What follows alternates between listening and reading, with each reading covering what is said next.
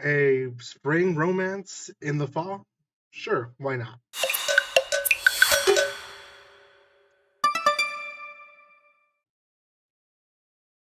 Welcome back to my channel, guys. It's me, Irvin, with another anime review. This is going to be on Tada Never Falls in Love, which is an anime that I gave my first impressions to not so long ago, actually. But here we are now, giving the review on it. I finished it, good 13 episodes, and here are my thoughts on it. Before anything, though, if you have not done so by now, make sure you do subscribe to my channel. Give some love by commenting, liking, and sharing.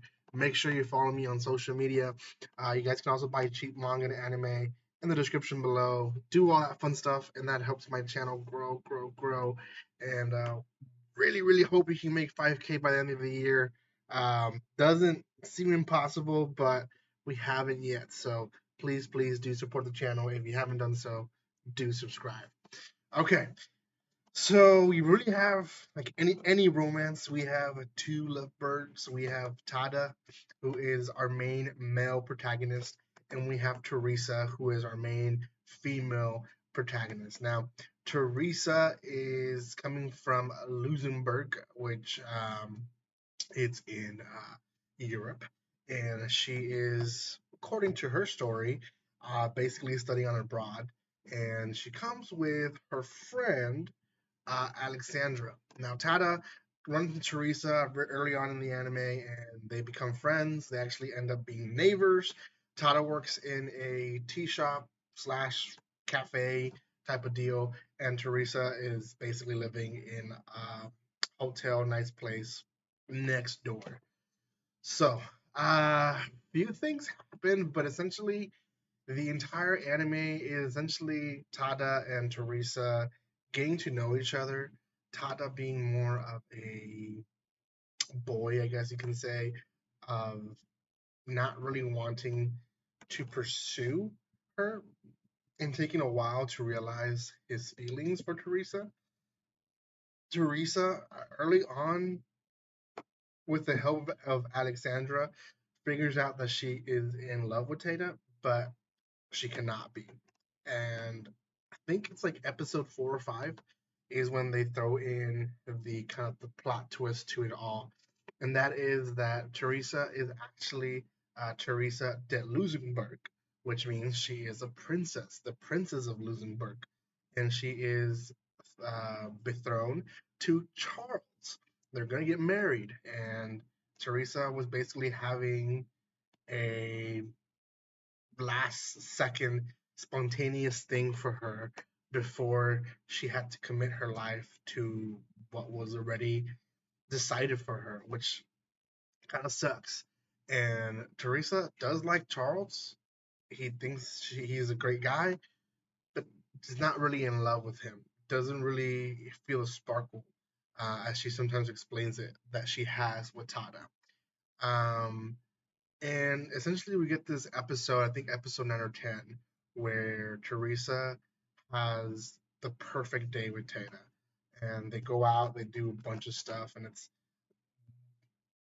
10 out of 10 romantic episode, right? But at the end of the episode, we see Teresa Wagner essentially leaving, and that was her way of saying goodbye to her love of her life, which was Tata. And uh, Tada basically reacts how most guys would react. They don't do much. They just decide that, you know, they did have feelings. Now they have realized it. It's too late, and there's nothing to do about it. But he is encouraged and pushed. And forgot to mention, there's his best friend Kauto is very big in the anime as well. And he actually, in the last few episodes, we see more of Kauto. And essentially, he pushes Tata to go into Luxembourg and, at the very least, express what he couldn't express to Teresa before she left. And that is that he likes her. He loves her. He wants to be with her. And even if they can't, at the very least, express your feelings, right? So he does.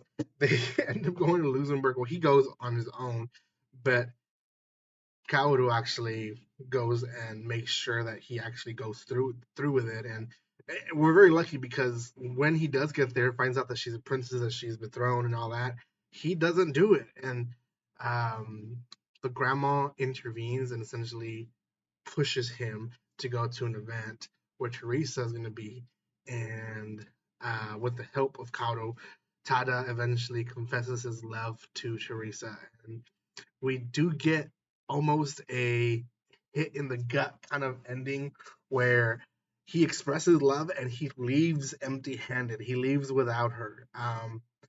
And that's kind of a shame because at the same time, we're also seeing the second story of Alexandra, the